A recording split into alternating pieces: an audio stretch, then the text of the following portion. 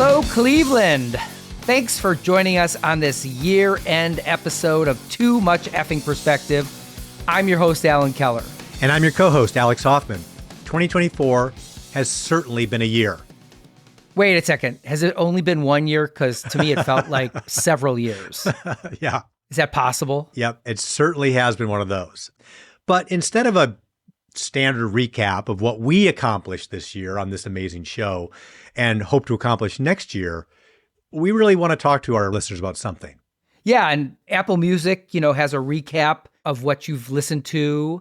And you said that Spotify does the same. Yeah. Spotify has their Wrapped, which all the kids have been sharing on the grams and the talks and everywhere else. The kids. All the kids. All the people that are younger than us in their 40s. Yeah, exactly. But I hardly listen to anything, so I actually think I didn't even have one. Yeah. So you did? Yes, and you'll be very embarrassed because, while you're not hip on the trendy stuff, I found out that I am really hip and trendy by what I've listened to this year. Wow. Well, tell us, what did you spend time listening to in 2024?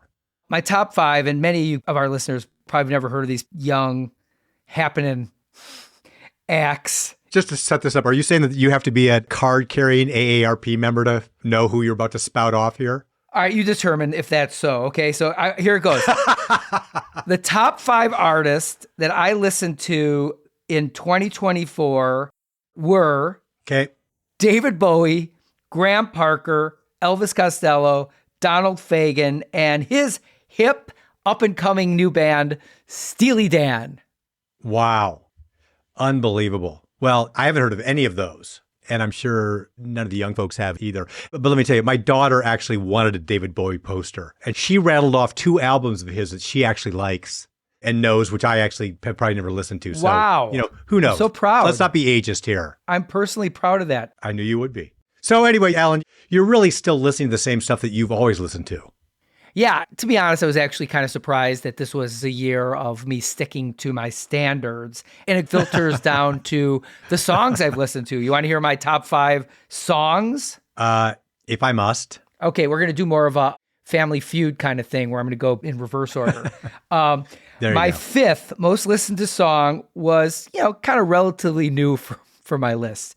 It was Worry About It Later, released in 2006. I mean, just like yesterday, by the British band The Futurehead, whose leader just so happened to have stood us up a couple of weeks ago for an interview and never contacted us again. So that's the first time that's ever happened to us. But yeah, that was a little awkward. You, me, and our producer Gretchen just kind of sitting there staring at each other going, what was his name again? Barry Hyde. Oh, where's Barry? Well, not only that, I feel even more awkward the fact that Apple told me that I was one of the 500 top listeners of the Futurehead. So I'm like this little fan who's waving his program, asking for an autograph, and then Barry's like, nah. But it makes me respect him even more, actually. That's very punky of him to just completely stand us up like that. Yeah. But my number 4 happens to be the same as my number 3 artist, happens to be the same as my number 2. Just go to show you who I binged this year. And to me, he's like one of the all-time greats, Graham Parker, who, with The Rumor, put out this album in 1978 called Squeezing Out Sparks. And so my 4th favorite song and 3rd and 2nd are all from Squeezing Out Sparks.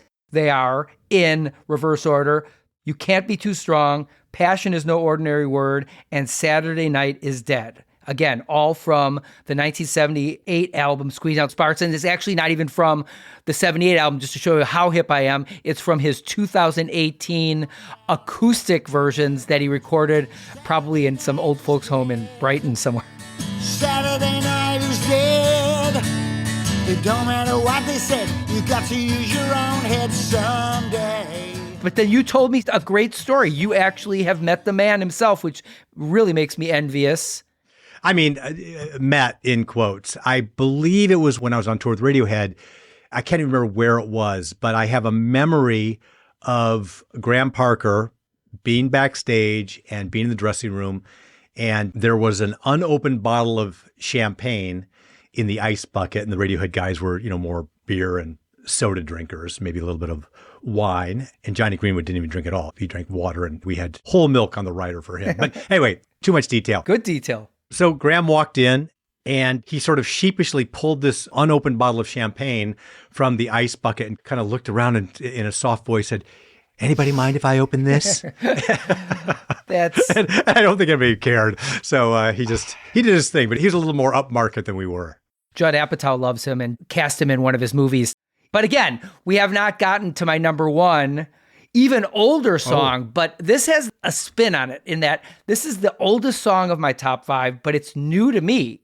It's a song from 1967 from the band Love, which is a great band that they have a seminal album from the 60s, which I don't even recall the name of. I'm very ashamed of myself. But this number one song, Arthur Lee, right. And he's an LA guy. Yeah, and in fact, I mean, Love was a big inspiration of the Doors, Right. actually. The Doors early on had aspirations to be as big as Love. And then, of course, massively eclipsed anything that Love ever did.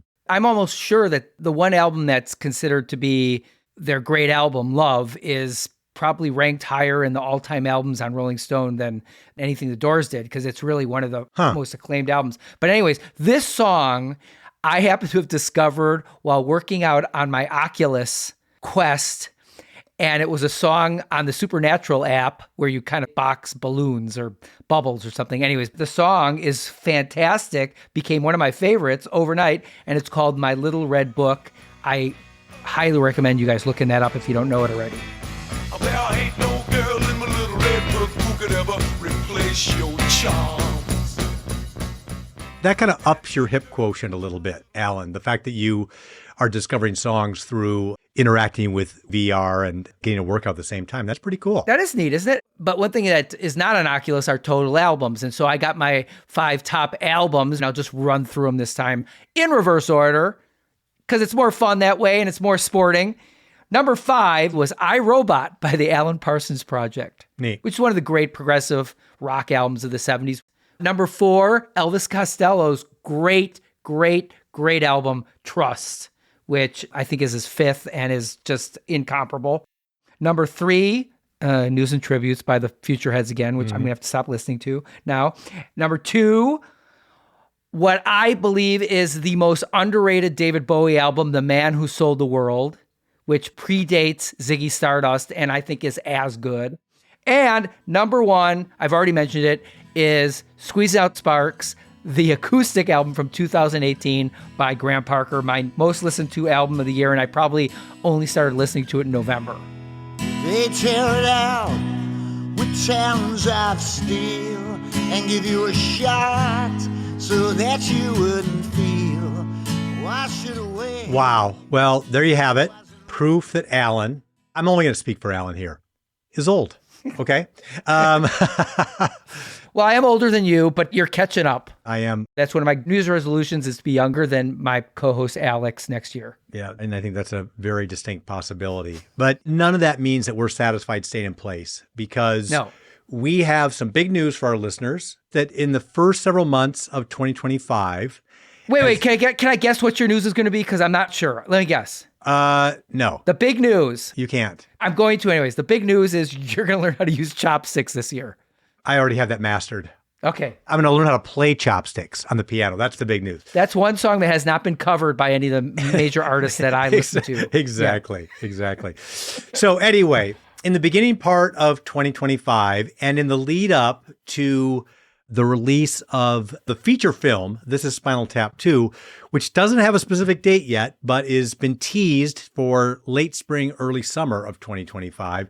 We are going to be re-releasing some of our favorite episodes from the past several years. And more importantly, we're going to be releasing videos, which we have never done before, of our original chats with our guests. And we'll be putting those up on TikTok, Instagram, YouTube Shorts, Facebook, and elsewhere. So it's going to be a lot of fun or at least we think it's going to be a lot of fun that we'll be showing our faces and showing some of the fun interactions we've had with our guests. Let's admit it. There were actually regulations against us being on camera, but as everything is being deregulated now, that's one of the things that's freed us up to show our faces in public. Right. Just like fracking in our backyards now. That's right. That's how we're going to support this podcast. A frack in every household. That's what the new motto is for 2025. Yeah.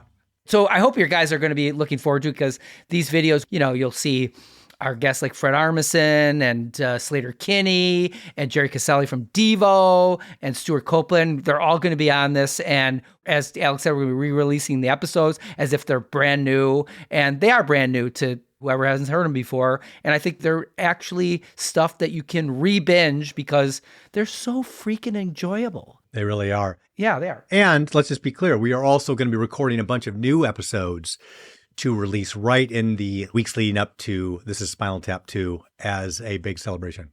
We're not going to like try to tantalize you with any names. I'm not going to say this is true. Billie Eilish, Madonna, Madonna's daughter, Harry Styles, and Beyonce. I mean, they're all Adele. And I'm not saying they are or aren't going to be on the show, but I'm not saying they are not or are not in.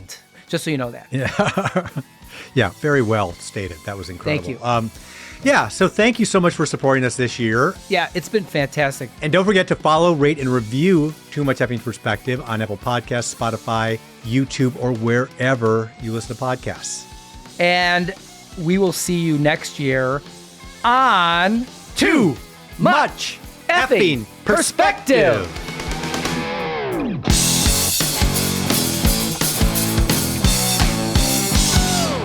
Too Much Effing Perspective is a Milwaukee Talkies original. Evergreen Podcast Network.